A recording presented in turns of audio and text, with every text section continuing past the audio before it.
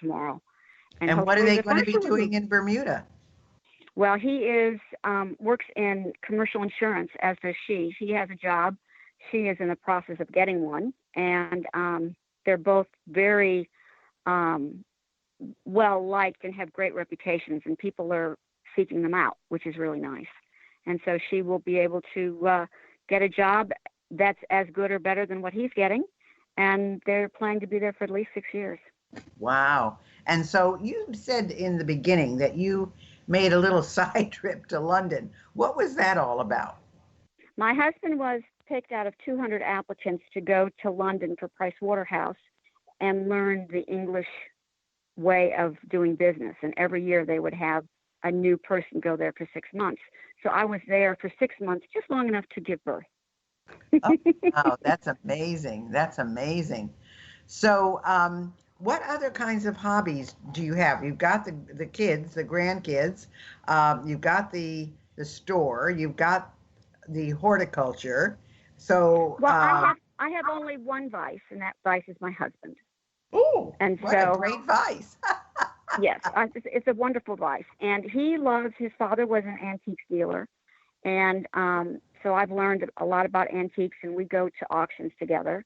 And I'm teaching him about travel because he never really got out of the United States before he was married to me.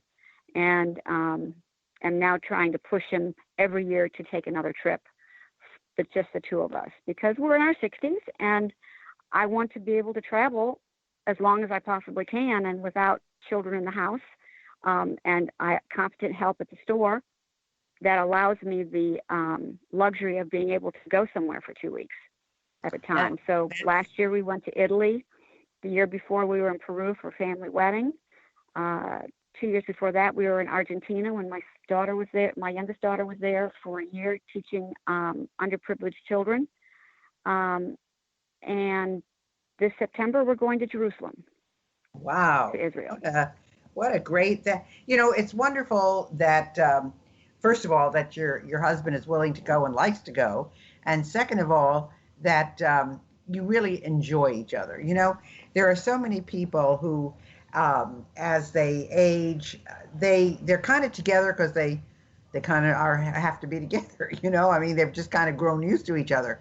But it's wonderful. I know my husband and I had that kind of relationship where we really enjoyed each other and we really liked each other. Loving is a whole different issue, but liking is very Yes. important. And I mean, I was very fortunate that I spoke as a professional speaker all over the world. I spoke in 50 countries and 49 states.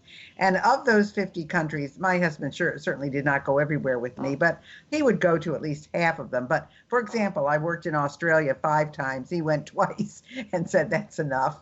And Indonesia, I went, I don't know, maybe Asia, Indonesia, Malaysia, all Singapore. I went 5 times and he went twice and said that was enough. But at least he got to see the world, which, yes, he would never have done without me. So that's wonderful that you have that kind of relationship and you enjoy each other that much. So let me ask you, going back to the jewelry business for a minute, what changes have you seen in jewelry? Well, the younger generation is not as enamored with jewelry as um, the baby boomers and older generations. They're interested in spending a lot of money on their engagement ring and getting a beautiful diamond ring to go with their engagement ring, an eternity band. Um, Maybe they wear a lot of costume jewelry as opposed to real jewelry, and costume jewelry can be so expensive that I try to educate the girls. If you're going to wear costume, wear real costume, wear sterling, real pearls, real stones. For the amount of money you spend on a costume thing that's copper or brass or whatever, you can get a real piece of jewelry. And so, um, of course, my two girls are a little spoiled, 34 and 29, and they love silver, but they prefer platinum. So a lot of their jewelry is the white metal, but it's platinum and not sterling. And every year I would let them look at my stuff and pick something out. And one year my younger daughter picked out about 10 things, and I said, "Great, your gifts for the next 10 years. Put them in the bank. That's it." we're done for the next 10 years. And so, or, they see something and they like the look of it. Like Tiffany made some cute little silver bracelets with 3 bezel stones in all sorts of different kinds of things. And the bracelets were $500 a piece. Well, I made them in platinum for my daughter. And I made 8 of them. And so since she graduated from graduate school, I've given her one for her birthday and one for Christmas each year. And there is a total of 8 right now. I have the makings to do the diamond one, which I have not done yet. And I figured that's a nice 30th birthday present for her. But they like simpler things or really big, elaborate. But I have noticed that, people don't get dressed up as much as they used to, and they need jewelry that fits their lifestyle.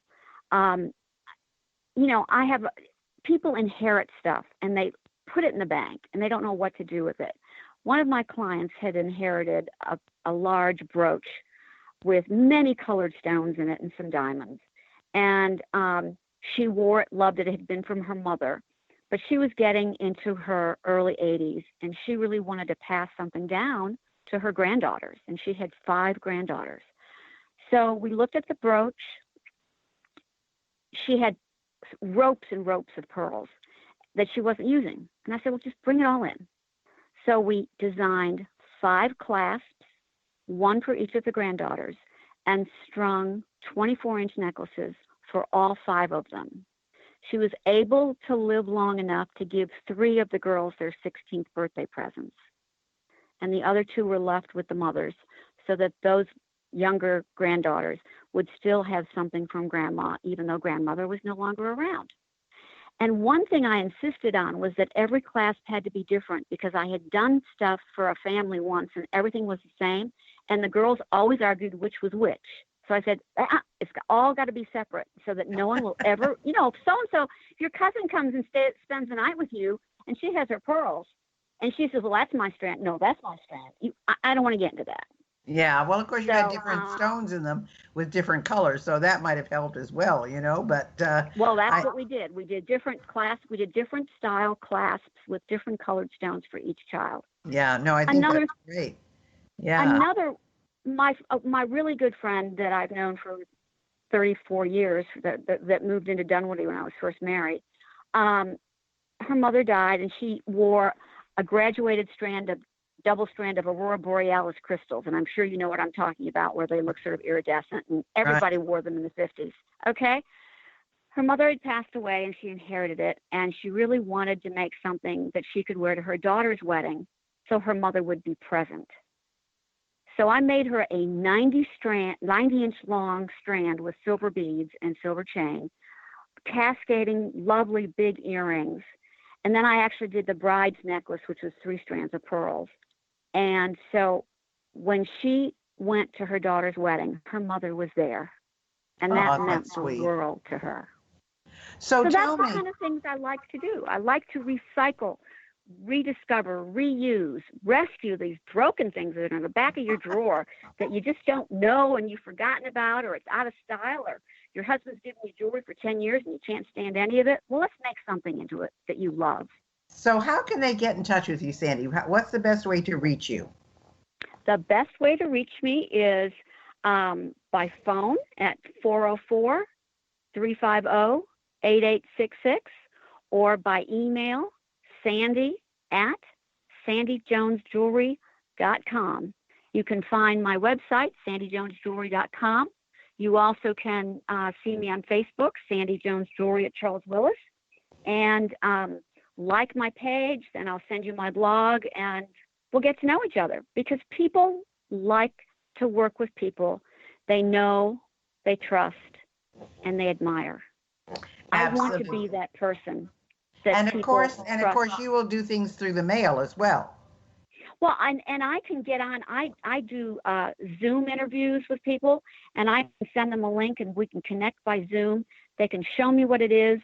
This younger generation uses their phone all the time. All they have to do is show me the pieces, take a quick picture, text it to me. Then I will see a true rendering of what it is we're talking about, and I can give them options on how it can be redone. Fantastic. Well, That's folks, you've heard it here. Sandy can get you the kind of look in your jewelry you want, and she's a fun person. She likes to do a lot of things. So be in touch with her. You can get her at Sandy Jones Jewelry at Charles Willis on Facebook, and you can find her in online. You can also go email her at sandy@sandyjonesjewelry.com or call her at 404-808-3433. Thank you so much, Sandy, for being with us today. It's been a pleasure. And hopefully some of these people are going to stop by and say hi. I hope so. And it was lovely meeting you last month. Take care and have a great summer. Thank you.